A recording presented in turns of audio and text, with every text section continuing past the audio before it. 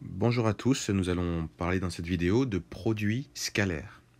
Donc en particulier, on en verra la définition. Alors, pourquoi parler de produits scalaires déjà? C'est parce que, pourquoi créer cet outil? C'est parce que ça permet souvent de résoudre certains problèmes de géométrie. Et on verra d'ailleurs ensemble quelques exemples dans les exercices que nous ferons en cours. Alors, vous avez déjà appris normalement en seconde comment additionner deux vecteurs. Et bien là, on crée en quelque sorte une opération qu'on appelle un produit de vecteurs.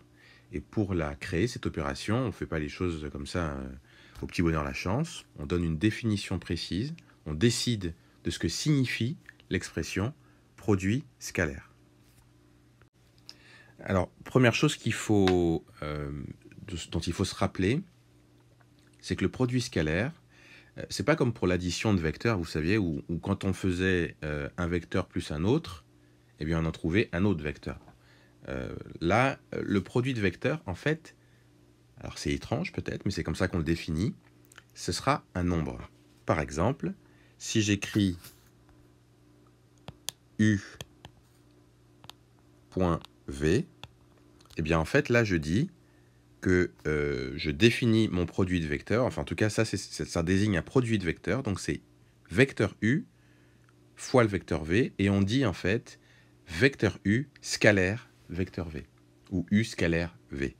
Alors la définition précise, c'est laquelle? Eh bien, c'est ce qui va s'afficher à votre écran. Alors d'abord on commence par deux vecteurs u et v. Ensuite on parle de ce qu'on appelle un angle, ça s'écrit comme ça, uv. Alors on va expliquer ce que ça veut dire ça. Alors imaginez qu'on a deux vecteurs comme ça, le vecteur u ici et le vecteur v ici. Eh bien, ce qu'on écrit comme ça, là, entre parenthèses, vecteur u, virgule, vecteur v, eh bien, en fait, c'est juste l'angle qui est là. C'est l'angle qui va, entre guillemets, de u jusqu'à v. On peut le comprendre aussi avec d'autres lettres. Si on a le point B ici, A et C là, eh bien, en fait, ça va correspondre à l'angle BAC. C'est ce qu'on dit ici. Donc, c'est juste une écriture pour désigner l'angle BAC.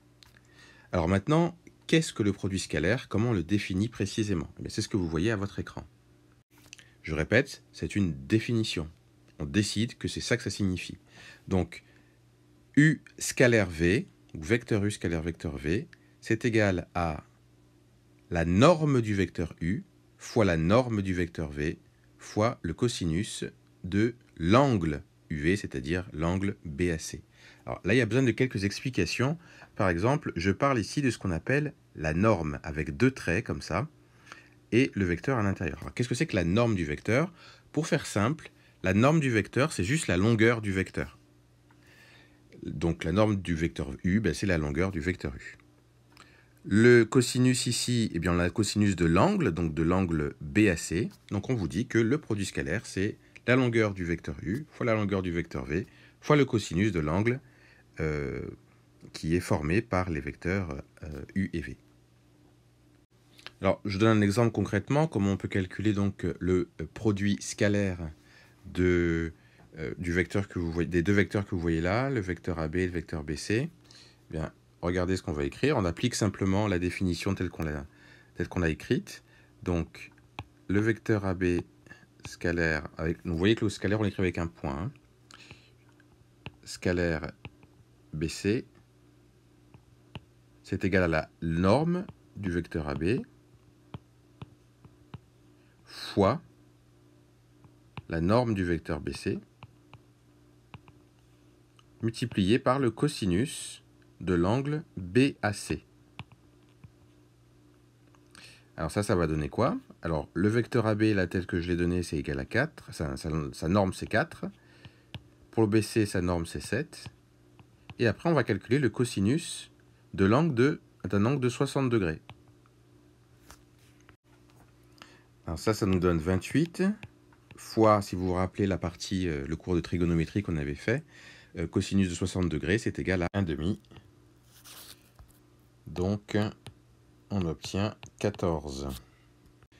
Voilà donc comment déterminer le produit scalaire de ABBC en connaissant la norme de AB, la norme de BC et l'angle BAC qui fait 60 degrés. Donc ça, c'est la première expression, la définition du produit scalaire. Et on en verra donc d'autres dans d'autres vidéos.